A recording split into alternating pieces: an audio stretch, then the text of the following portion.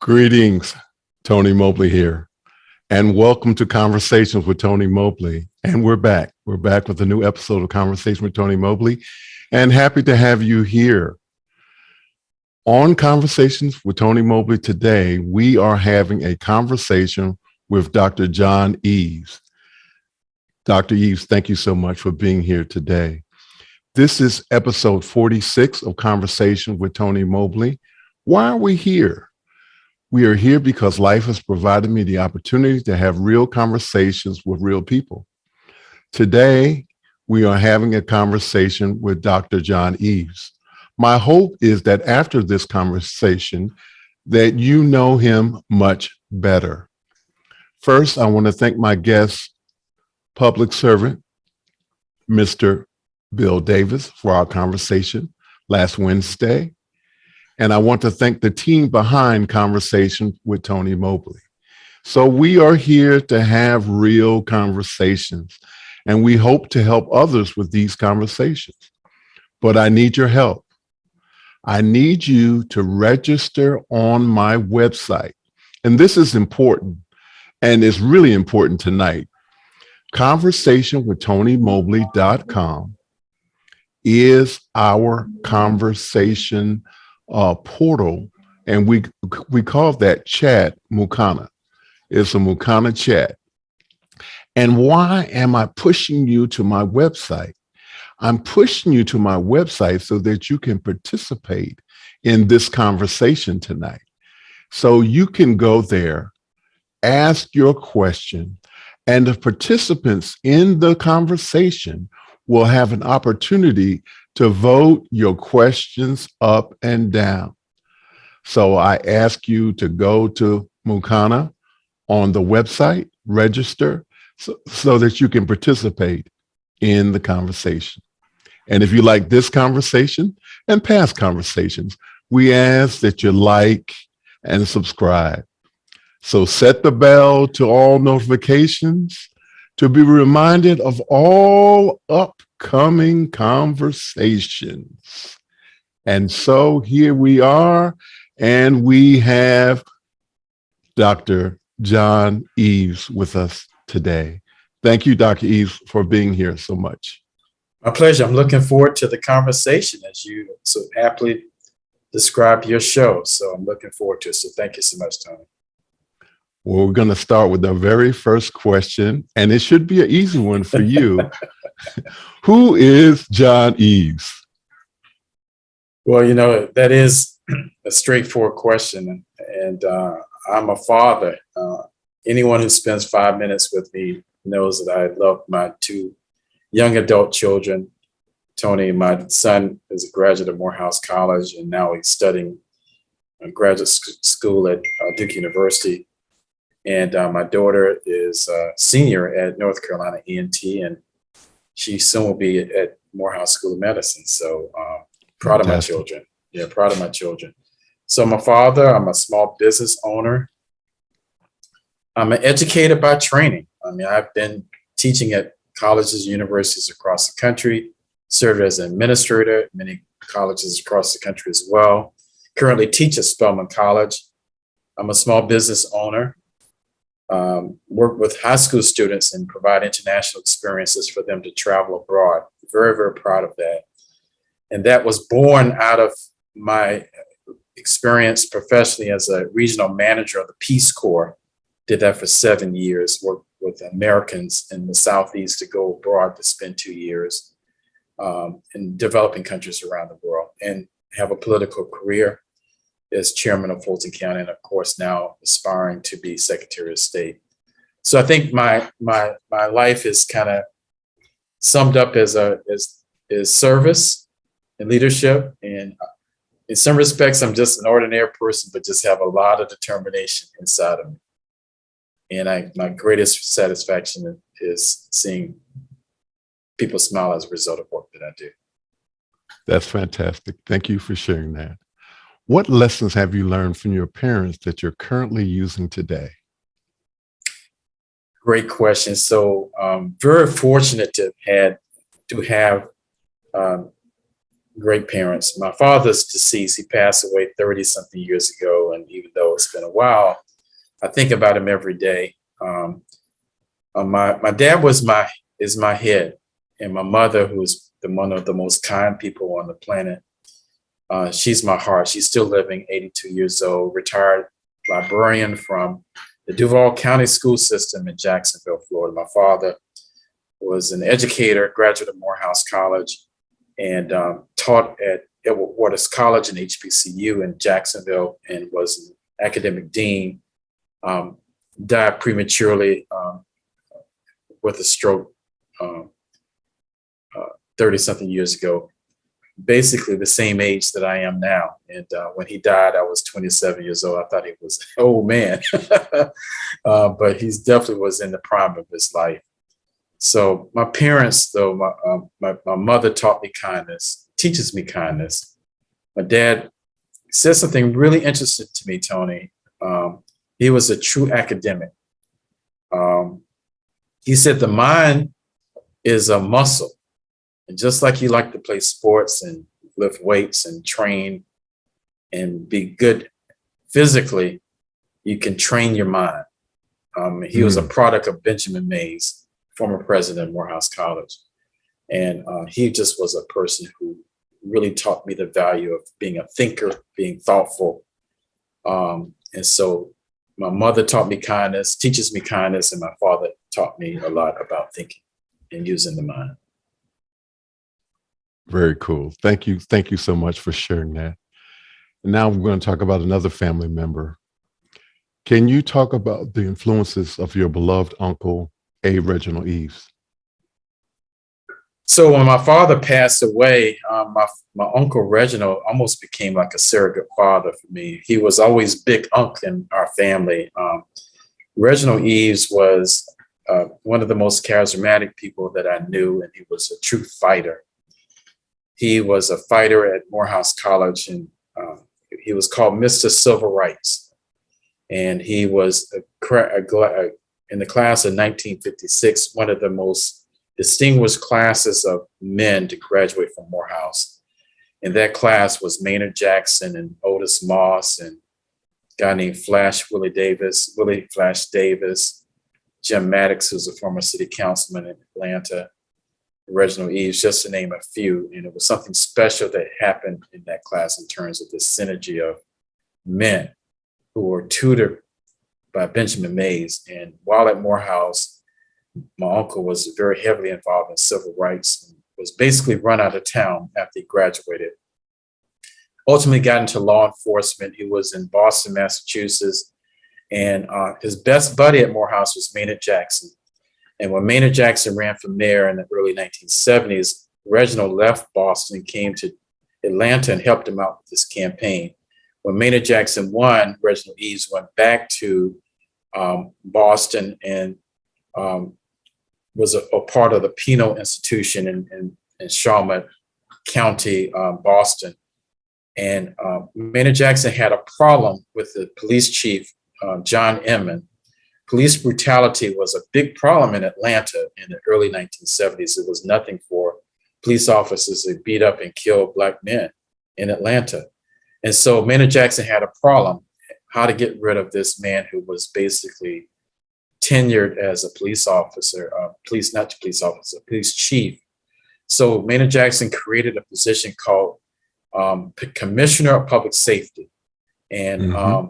And that was sort of the marriage of the police department and the fire department and the emergency management, and made Reginald Eaves the head of that department, and basically neutered, I hate to use that term, but neutered John Eaves. He was basically police chief only in title, but not in action. And Reginald Eaves became incredibly popular in Atlanta in the early 1970s, mid 1970s, because of he stopped police brutality, and he did a lot. He instituted community policing.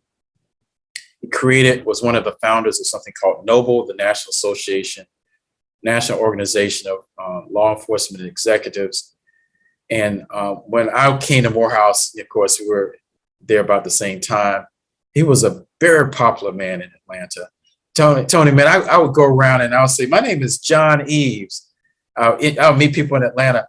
And as soon as I said, my name is John Eaves, they said, are you kidding, Reginald Eaves? And I got so tired of people asking me that. I just said, I'll introduce myself and say, my name is John. Because I want to have my own identity. But I admired him. He came to Morehouse often and spoke, and it was just a fiery person. And he saw something in me very early and just encouraged me in college to consider going into politics. And I wasn't really interested in college. I came to become interested, but he planted the seed. And up until he died in 2015, 7 years ago, he was certainly my biggest fan. As a politician, I was nowhere near where he was in terms of popularity, et cetera, but I think he was proud of me, though. He was a powerful figure in Atlanta. I came to Atlanta in 1982. I had an opportunity to actually meet him several times, as I actually worked for the city of Atlanta for 4 years, but I worked for the city of Atlanta through Xerox Corporation. I was working as the manager for all of the printing services for the city of Atlanta. Okay. And it was an operation that was done through Xerox. And I had occasion to meet your uncle several times and have had the pleasure of having great conversations with him on the elevator at City Hall. And so I was a big fan. And so I just wanted to let you know that. Well, thank you. I'm going to tell you, Tony, I mean, almost, I won't say every week or every day, but quite a few people really tell me stories, anecdotes about what he did to help them, and this is how the circle of life is. I even run into people now who tell me, Dr. Eaves or Chairman Eaves, do you remember when you met me 10 years ago and you said this, that, and the other? You were so approachable and you said some advice. And so the same thing happened that I hear from my uncle, people are beginning to say about me. Now, I know that's a sort of a self-righteous type comment to make, but it certainly means that he was a great role model for me. Absolutely, he was. So let's talk about Morehouse College. So you and I both had the pleasure of being there under Dr. Gloucester. But tell me about your experience. And Tony, I tell you, first of all, I come from a family of people who went to Morehouse. My father, 3 uncles, slew of cousins who were older than me. And when I graduated from high school, I only applied to one school, and that was Morehouse. So I'm glad I got in with that C average. No, I'm just joking. I got in, and I tell you, I learned a great lesson. I remember the first day of school, or actually first day of registration. You remember how I would go there, wait in lines to register for classes. Long lines. Well before the computer age was really, around. Long lines. And I had to fill out this registration card with my classes. And so I didn't have anything to write on the piece of paper. So I walked up to this man. I said, can I borrow your pen to complete this registration form? And this man said, Morehouse men always have a pen. Man, Tony, I've been walking around with a pen for 40-something years after that experience. So that was the first powerful lesson at Morehouse, is to have a pen. And, it's a climate of expectations, and not to mention just the real smart guys that were there. I mean, just smart. I mean, I came from Jacksonville, Florida, somewhat exposed to, life and good things. But these people from DC and Philadelphia and New York, they were cool and everything. I just never seen so many well-rounded men. We were all well-rounded, but we were it was like a lot of us. and then the brotherhood and the great speakers that would come through, from Jesse Jackson to Maynard Jackson to Jimmy Carter came through when I was in school. I mean, so it's a lot of great, Coretta Scott King, Ralph Abernathy, all these great people come through, and they would Reginald challenge. Eaves. Yeah, Reginald Eaves. Yeah, they would challenge the students, and I would be in what we call assembly, or assembly. They call it assembly or fresh, assembly, and all the students were in the chapel, and some of the students would be sleeping. I'll be wide awake listening to these speakers and being motivated by them. And then, of course, I got involved. My uncle ran for mayor. I got involved with that, but I got involved in the community. So back then, as you know, the Atlanta University Center was really surrounded by a pretty dilapidated community. Yes. There was a lot of need just outside of Morehouse. I mean, there was some raggedy houses and crime, but I got involved. Then I also was at Morehouse during the murdered and missing children crisis in 1979 to 1982 or so. And I did volunteer work in the school systems, working with these junior high school kids who needed mentorship and were afraid. And so I had a great experience at Morehouse. I played football. I was a decent student. I was heavily involved in the community and met some lifelong friends to this day while I was at Morehouse. Absolutely. Can you share a success story while you were on the campaign trail? First of all, yes. So first of all, people don't realize this, but campaigning for public office is really tiring. It's a very tiring, it's exhilarating, but it's particularly statewide, it's probably scaling down like running for president when you have to go all around the country, but you have to go all the way around the state.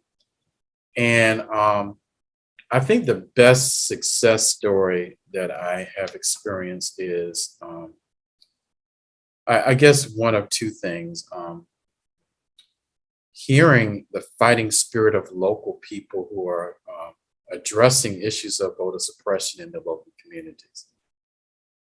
Not just Black people fighting for access for Black people, but in some cases, in some of these rural communities, white women fighting.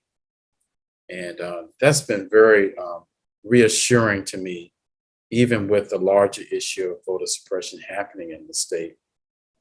There's some people who just believe in fairness, and that's been a success. It's not so much a success of something I did, but it's a success in terms of me seeing the human spirit still is alive and well in some people who want to be fair. And I think the other success for me is having really been up for the task, learned a lot about the Secretary of State's office as I've campaigned, been willing to go places that I've not necessarily been before prior to. I've been to some rural communities in South Georgia, coastal Georgia, middle Georgia. I've learned some things. I've learned about the Gullah Geechee culture that's along the coastal part of Georgia. It's a growing industry that's promoting tourism.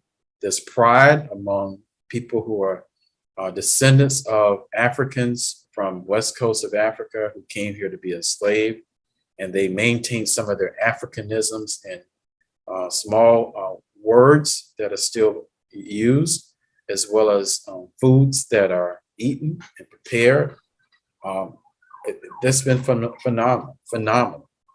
And even going to Macon and learning about the Harriet Tubman Museum, which I didn't really know much about. Fabulous museum that's not really that popular. And so I've learned, and I've been able to and willing to meet Georgians all over the state. That's fantastic. My wife is from Mactown, so I'm sure she's going to be glad to hear that. We have another question. When did you know the path was for you as a public servant? You know what? So when I was in college, I kept a diary, and I look back on this diary, and I see this young man at Morehouse who was coming into manhood. Um, the excitement and the challenges and the frustrations of just growing into manhood. At the end of the diary, the day after I graduated from Morehouse in 1985, I captured a conversation I had with my uncle Reginald Eaves. And he was a good friend of Ed McIntyre, who was the first Black mayor of Augusta, Georgia. And they had spent some time with me the day after I graduated, just talking about life, talking about politics. Tony, I wrote in that diary, Uncle Reginald and Mayor McIntyre talked with me about politics. And I said, I will probably go into politics one day. So, Wow. yeah, I got that diary. And so I think the day after I graduated from Morehouse was the day I decided I would go into politics. I took 20 something years, but Wow. I thought about it then. Very cool.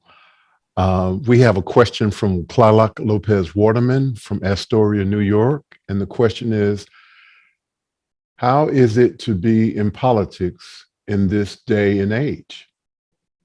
It's tough. It's tough, and it's getting even harder. I'm really amazed, and this is not a positive amazement, but I'm really amazed at how a president of the United States, a former president of the United States, which has usually been esteemed, there's one exception, of course, in our recent history, Richard Nixon, but for the most part, whether you're Democrat, Republican, you still had a degree of admiration for the president. And to see former President Trump really bringing toxicity to politics is just awful. And so when I first got into politics in 2007, I was able to get some bipartisan, in fact, a lot of bipartisan support on the local level as the chairman of the county government. I just believe that now that's harder. It's just, I think a lot of it is due to Trump. And Republicans are going further and further right. And it's just awful. And it's awful how there's a lie that people who you thought were decent, honest individuals who embraced a lie and will talk about election fraud with a straight face, or Biden is not a legitimate president with a straight face. And it's awful, and so the long response to that person's question is a good question. It's hard, but you got to have good people in public life. You just got to. You got to have balanced people. You have to have thoughtful people. You have to have people with integrity, because we make so many decisions that impact people's lives. The allocation of resources, policy, and that influences people's lives, or laws that are generated that restrict or make it fair for people. You got to have good people in office.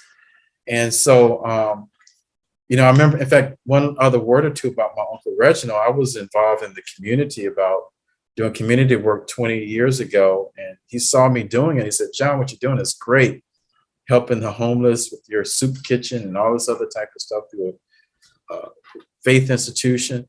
He said, "But if you go into politics, you can help millions, hundreds of thousands of people with policy changes." And it was so true, it was so true. So I'm sorry. But you got to have good people in politics. You just got to. And that's why I'm pursuing. And I just want to add that certainly in the midst of everything that you said, I would say that hope and faith should be. I sense that from you, in that down the line you see that you can provide some hope and some faith in that we can turn the corner in terms of touching hearts. Yeah, so that's a great point because, frankly, Tony, I do struggle with that. Some days I want to be very radical, and let's burn down the sucker because I'm really angry with what I see. And then there are other days that I want to really embrace the optimism of a future. And it's not easy, but at the end of the day, I have to be true to myself.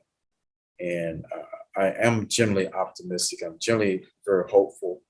I'm generally very positive without giving up my principles and without throwing in the towel. That's just how I am. And I do think that it is refreshing. But there are times when I'm just really frustrated and disappointed. And, I see some of the politics on the federal level and see some of the Republicans who, whether it's Lindsey Graham or McCarthy, Kevin McCarthy, I just don't get it with some of these folks. Ted Cruz, I don't get it.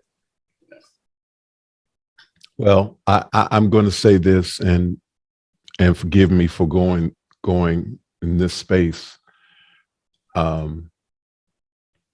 In our Bible studies over the last month or so, we've been dealing with the book of Daniel, and I will tell you that for me, I think in a lot of instances, there are a lot of us in this country that are in the fiery furnace, and a lot of us that are in the lion's den.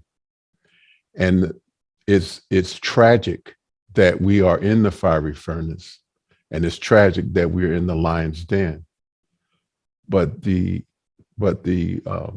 point that I'm trying to make is that eventually you come out of the lion's den and you come out of the fiery furnace. And so that's what I'm looking forward to. Because it's easy to get depressed or frustrated with the way things are and the politics and there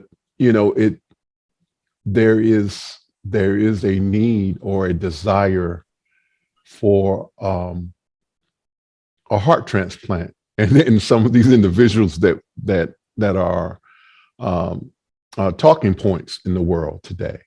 And so forgive me for going there, but that was kind of what I feel sometimes when I see some of the things that are done and said. What is this is also from Clalac Lopez Waterman.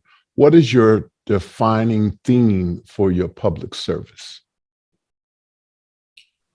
That's a great question. You certainly have a very sophisticated audience here. I think there are a couple of defining themes.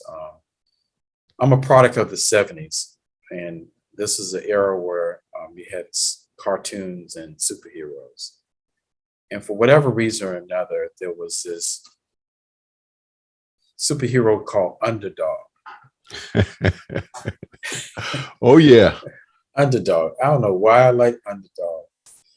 Underdog he was such a humble and unassuming character. He was a dog. And I think Miss Polly was the one that would always get into trouble. And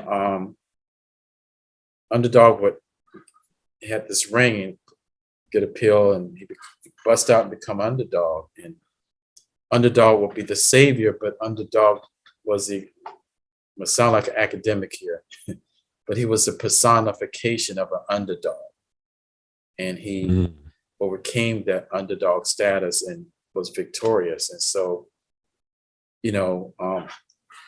many people who are in public office, even though we have sometimes a charismatic personality, we may seem personable, but at the end of the day, we also have some of us are introverted, some of us really are reserved, and some of us even may have our own quiet insecurities. But there's the underdog fight in us. And so the defining theme of my public service has been almost like underdog, is to not run from, but run to where problems and challenges are and solve them and address them. So I think that underdog is my defining theme of my public service.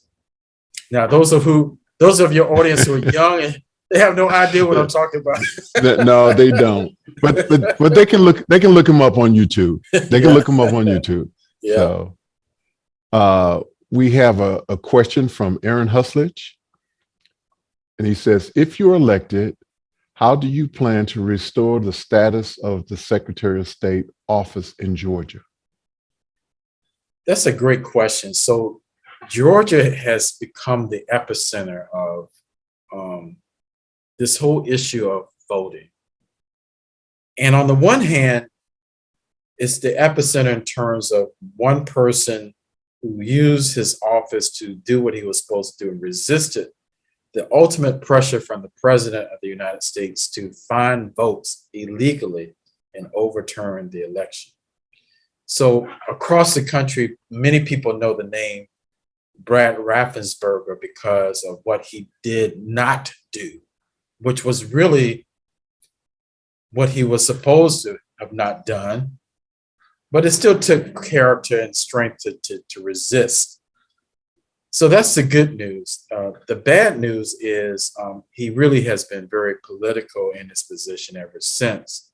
And the Georgia legislature, that's Republican controlled, has really defined a narrative in Georgia through law. It's called Senate Bill 202, that we're going to make some changes to the elections process because there was fraud in Georgia. And so on the one hand, nationally, there is a positive review of the office of Raffensperger because of what he did not do, but that office has been damaged. The integrity of the office, the trust in elections in Georgia is an all-time low. So it's a great question that your listener has asked. And so how do you do it? I do think that there's several steps that are going to have to be done over the course of time. Number one, I do think we need to have new leadership, and I believe that I'm that new leadership. Along with that new leadership, I would have to make sure that the election process is a whole lot more transparent than it is right now. May have to look at ways that you can institute something called hand marked ballots. So right now in Georgia, you use a kiosk and this electronic machine that you touch. And some people think that can be hacked, and perception of those machines are not very high. So I think that we may have to go back to a little bit of the hand ballot, hand marked ballot voting. And believe it or not, you can actually tabulate or count hand ballots almost as quickly as you can through the electronic machines. Oh, wow.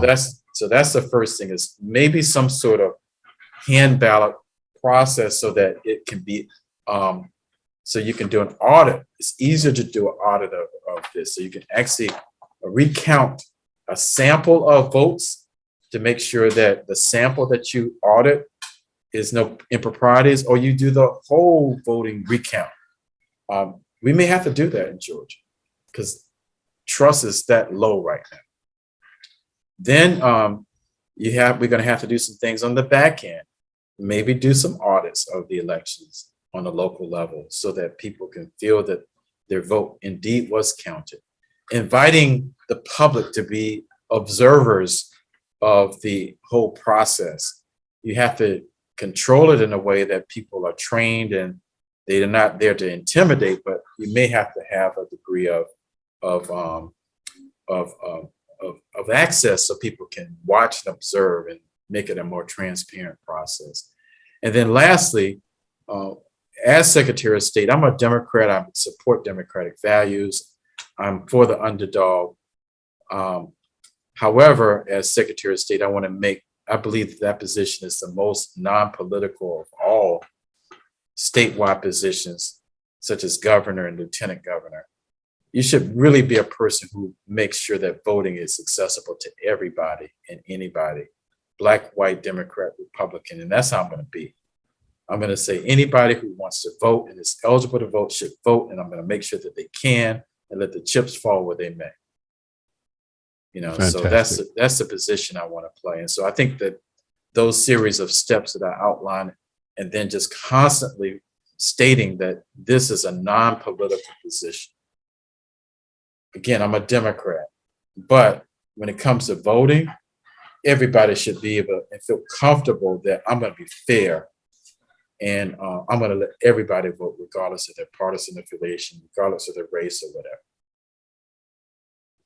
Aaron is back. Aaron Huslich is back again, and he says, do you think our democracy is at stake in the next few years? I do. Now, I have wrestled with this terminology just in all candor. I teach at Spelman College, and I teach in a very practical, matter-of-fact way. And I do think that the dynamics in Georgia is about limiting Black political engagement. But I do think nationally it is an issue of democracy. Democracy is sort of a fundamental principle that one person, one vote, and everyone who participates in the process, they are able to choose their representatives, and it's done in a very fair way. And we respect the results, even if we don't agree with who's elected. We respect it, we honor it. It's a time-honored tradition. I will say that the alternative reality that Donald Trump and his surrogates are perpetuating is a problem in this country. I mean, this man is really, there are very few people that I've ever encountered that I think just are true disruptors, and he's one of them. And I think that, unfortunately, his impact and his influence on our country is going to be around for a long time. I don't know how long it is. I thought it was going to go away once he lost office, but man, this person seemingly is being resurrected almost as we speak every day. Even now, with some of his handpicked endorsements, some of them are winning, and then it's making others who would ordinarily run away from him want to run to him.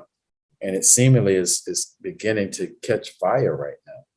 Or maybe I shouldn't say catch fire, but it's gaining a little momentum. And man, this guy getting back into the political arena is going to be disastrous for this country. Clark Lopez Waterman is back, and he says, what can be done to help ward off gerrymandering even further? Yeah. Gerrymandering is alive and well here in Georgia, as it is in many parts of the country. It's awful what's happening in Georgia. And it doesn't hit the national news. The national news focuses in on the gerrymandering of congressional districts. Doesn't go down to the local gerrymandering that's going on. So again, you have a sophisticated audience, but basically gerrymandering is using your political power position to redraw districts to dilute the population, dilute the effectiveness of the population. Usually it's the population, the political representation of Black and brown people. And I'm telling you, it's a classic case what's happening in Georgia right now. And I'm going to address stopping it, but let me just explain it. You had the redrawing of congressional districts, forced District 6 and 7, 2 Democrats, made the District 6 more Republican leaning, just redrew it in a way that the numbers worked, and the Democrat was drawn out of the district, was forced to go to the neighboring district in Gwinnett County, District 7, and they're going head to head. One of them is going to lose. The congressional district, I think, is 2, where Sanford Bishop was also gerrymandered. He probably will still retain his seat, but it's going to have to fight for it. The real travesty is happening on the local levels. where county commissioners are being drawn out, state representatives have been drawn out of seats, school districts. It's been awful. Does not get the national attention because maybe a lot of states are dealing with this, but it's awful what's happening in Georgia. And I tell you again, this is about, it's partisan and it's racial. It's partisan in terms of Republicans, even though they're disproportionate fewer, want to keep their power in the legislature and on boards and county boards, et cetera. But it's also racial in terms of limiting the number of Black people who are in elected positions in Georgia. It's awful. So how do you stop it? There's a nonpartisan group called Fair Maps. It's a group that consists of academics, I think, from Johns Hopkins, and maybe Princeton, and then some other folks who have come up with computer modules, one of the two, where they actually can look at the growth of a population and use a computer to draw maps that are fair. And they are nonpartisan, objective, and they did an analysis of Georgia. And so instead of what the Republicans did in terms of reducing the number of seats in Georgia, because Georgia's population actually grew, this group called Fair Maps, they actually showed representation increasing because of it. They're objective, they're nonpartisan, and really, when we do redistricting every 10 years, that type of group should be utilized. It should not be a political process. It is a political process, but I don't think it should be a political process. And so that's the only solution that I have, unless you take it to the courts. And you know, depending on the judge, the way he or she sees it, may strike it down or may accept it. So the courts aren't reliable like they used to be. So I'm not very optimistic about what's happening right now, unless and until there's such a demographic shift in states that you just overcome the gerrymandering effort. Obviously, you know, when Democrats get in control, they probably do the same thing, you know. So because it's a political process, it's going to have, that's the result it's going to have. Unfortunately, I think Republicans have gone too far. Okay. We're going to go to the next question. Please share some thoughts about being a problem solver. And I'm just going to say that we're running out of time, and I know that we have a whole lot more questions. So we're going to try to speed up the answers. This is so good. It is a good question. It is a good question.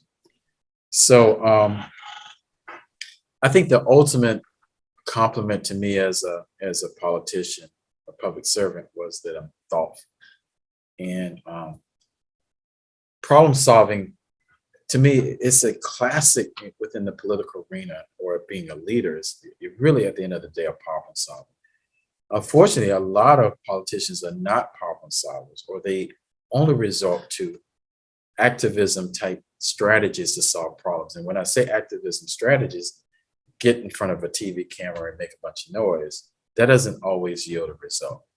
So problem solving is a process of assessment, you know, assessing the situation, generating possible solutions to solving the problem. I guess identifying the problem, assessing it, coming up with possible solutions, and figuring out how to solve it. And the figuring out how to solve it within the political arena involves getting other people to support the solution. And that's through collaboration, bipartisan support, counting your votes. So it's actually a skill. It's actually a way of thinking to solve problems politically. And most citizens don't look at the legislative record of politicians. They just sometimes choose people who make the most noise or in front of the TV the most. But if you look at a person's legislative record in terms of what they were able to accomplish through working with their peers, those are the true problem solvers. And within politics, you think of it that way, but they really are problem solvers. So I think that question that was asked is excellent. You actually, when you're a public figure, you really are there to not just represent, but to solve problems in society. It's a great question. Thank you, Dr. Eaves, for that answer. What lessons have you learned from previous offices you've held? This sounds very idealistic, Pollyannish, maybe too naive. But I'm a Black man, and I certainly have a Black person's perspective. But at the end of the day, I found that the exact opposite of a progressive-minded Black man who may be a conservative white woman or conservative white man actually may have more in common than we realize. The difference is obviously, but we actually have more in common than we realize. And the other thing that I was going to add about problem solving is the common denominator approach. And so we really do have a lot. I mean, everybody wants safety. Everybody wants clean water. Everybody wants clean air. Most of us want clean air. People want to live a quality life. We may just differ on how to go about it, or we may differ on the amount of money that's allocated to deal with something. But at the end of the day, we actually have a lot more in common than we realize. And so I found that compromise in politics is sometimes seen as a weakness, but compromise really is a strength. I mean, I don't think people realize that when you compromise, it is strength that's there. It's strength of being able to get the opposition or the opponent or somebody else to come down some. And it's the strength of your own character and principle to be able to release or give up a little bit of what you really want. That's strength. And I don't think people realize that compromise is a negotiating factor, outcome. It's a problem-solving technique, and it's one that also sometimes requires a lot of strength. Thank you for that. Let's talk about things that people don't know about you that they should. Yeah. I am third generation Jewish. I'm proud of a part of Judaism that is Black, where we believe that we are descendants of the ancient Israelites. And the people in the Bible were Black people. And I'm proud of that. It has made me unique. Whether it's Jesus or Moses or Abraham or whatever, I've never viewed them as not being Black. And that, on top of it, Tony, when I left Morehouse, I studied religion at at Yale University. And the evidence of it's amazing how most of the world does not see what's obvious. And so, it's amazing. It's absolutely, how can most Pharaoh and look European? It just doesn't make sense, but we accept it. And so that's unique about me, and I'm very proud about that sort of perspective. Now I can go into a Baptist church and have me a good time, but I'm still at the end of the day Jewish, and but it has really brought a great, interesting perspective that I live in, that I come from. That's fantastic. I'm going to skip down a few questions, and I want to go to, I think, an important conversation for tonight. Why should you be Secretary of State for Georgia? Yeah. It's about timing. It is absolutely about timing. I believe that this is my time. It doesn't mean that it's easy. It's not meaning that it's going to be handed to me in, on a silver platter. I've got to go after it. I work hard every day, campaign every day. Following this wonderful podcast, I got one more tonight because I want to talk to voters. But I do think that I have the combination of experiences, both political and professional and personal. I see the challenges that are before us, and I certainly feel that I have the skill set and the experiences to solve these problems. And I think I'm uniquely positioned to be the person there. There's a historical aspect of my race. The historical aspect of this race is never in the 200 or so year history of Georgia has there been a Black person elected to this position. And in fact, in the South, there was only one person elected around 1870 in Mississippi to this position of Secretary of State, other than that person. And he wasn't reelected when Reconstruction fell. There's never been a Black person elected in the South to Secretary of State. It's a very important position. As we discussed briefly, covers a lot of areas. And there's a historical aspect to my pursuit of being the first Black person. So I think that I am qualified. It's going to have historical significance, and I do a good job when I get in the office. Can you share a little bit about your time as chairman of Fulton County for those people who may not know?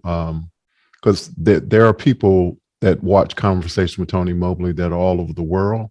Yeah. So can you just share briefly about your time as chairman of Fulton County and what that means in terms of, how large the county is and in relation to Georgia, and how long you were there? Yeah. So within the United States, you have, I think, about 4 or 5 different levels of government. You have federal government, you have state government, you have local government, which consists of cities and municipalities, but you also have counties. So states are divided up into counties, and within counties are cities. And so there's county government. So of all the counties in Georgia, Fulton County is the largest by population, 1.1 million or so, and 15 cities are within Fulton County. So I was the head of the county government system that did a variety of services in criminal justice, senior services, ran elections, public health, a wide range of services. It was $1 billion operating budget. 4,500 employees worked at the government. So it was a big government. And so did some good things while chairman of Fulton County that I'm very proud of. Helped save the public hospital called Grady. Did criminal justice reform, targeted ex-offenders to restrict their records so that they could keep jobs. I championed transportation, transit, did a lot. And so served for 11 years, which is a long time. Was elected 3 different times. And so, and the second Black person to be elected in this position in the county's history. That's fantastic. Thank you for sharing that. And I want to lift up that you were in charge of the elections in Fulton County. Definitely. I think that's important. And I'm actually trying to scroll up on the questions, and I can't do that. So I wanted to ask you a couple of quick. I know we only have a few moments left. I wanted to ask you, what do your students at Spelman think about what you're doing? Yeah, I love teaching at Spelman, and the students they gravitated to me. I teach part-time.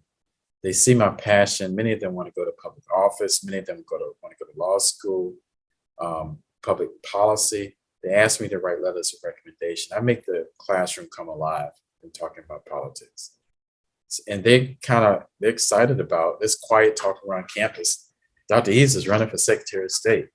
So in the fall, I took a leave of absence this semester. But in the fall, I may teach leading up to the election. And that's going to be really exciting. It's going to be hard on me, but I think I'm going to do it. And That, it'll that be really sounds exciting, fantastic. very exciting. So it's been a great experience teaching there. What are you most concerned about for the future? A lot, but let me try to wrap it up in about 2 minutes. I'm concerned about, I guess there are a couple of things I'm concerned about. I'm concerned about the political discourse that we're in. And I'm also concerned about the flooding of guns in our cities. Crime is becoming a problem. I mean, even today, literally speaking in Atlanta today, Black man got shot, at least one. It's every day now, seemingly. And I'm concerned. I don't see, and then Republicans are countering that, coming up with crazy, what's called permitless constitutional carry. You can get a gun and not necessarily go through the regular licensing permitting process that you used to have to go through. And it's just, I'm not sure what we're going to get out of this hole that we're getting in terms of illegal guns in Black communities where our young Black men are killing each other. And then the political discourse is happening. Those are two of my most major concerns right now. And I don't necessarily see a way out of it immediately. You're speaking to the world. What do you want them to know? Well, this has been fabulous. You have an underdog here in Georgia trying to do his thing. And I see, the historical nature of the position that I'm seeking is there. And I'm working hard to make this dream come true. And so check me out. My website is johneavesforgeorgia.com. And this has been a pleasure, Tony. I've really enjoyed the conversation. And we're gonna drop that website so the viewers can see that. And it should, you might not be able to see it, but the audience should be able to see it. And it will be a part of, there it is. And it will be part of the conversation with Tony Mobley link to this particular conversation that we're having. I just wish we had more time, and we might have to see if we can have another conversation. This has been great. Prayerfully before November. Yeah, we'll make it happen. We'll make it happen. Tony, this has been a pleasure. Great job, great format. You're a great interviewer, and your audience is wonderful. Very sophisticated, great questions. So it's been my pleasure. Thank you, sir, so much. Okay. Thank you again. Special thanks to Kimberly Mobley, Ron Mobley, Global Family and Friends, Alex Lindsay, Office Hour members, DVE Store, Liminal Entertainment Technologies, Byte Hive, VDO360.com, ApproveForLoan.com, Cloud Bedrock LLC, Ken Jordan, Jonas Dattel, Aaron Huslich, Cherrick Cheetah, David Brady, Marcus Lee Folk, Richard Lavery, Chris Fenwick, Manolo Lozano, Jeffrey Powers, Bo Cordell, Mickey McAchore, Hasma Geiger, Doug Moeller, Laura Thompson, Brian Shan, Dennis Champion Walker, Roscoe Jones, George Butters, Joshua Menden, Danielle Maxwell, Conversation with Tony Mobley, producer, Clylock Miguel Lopez Waterman. Thank you all so much. Thank you, Dr. Eaves, for participating in this conversation. Thank you for your great work as a public servant and educator. Thank you so much. Next week, we are going to have the artist known as Triumphant, Mr. Michael D. Jenkins, and he will be on with me next week. And so again, thank you all so much for being here, and have a good night. Thank you, Dr. Eaves, again. Really appreciate you being here, sir. Take care, everyone. Good night.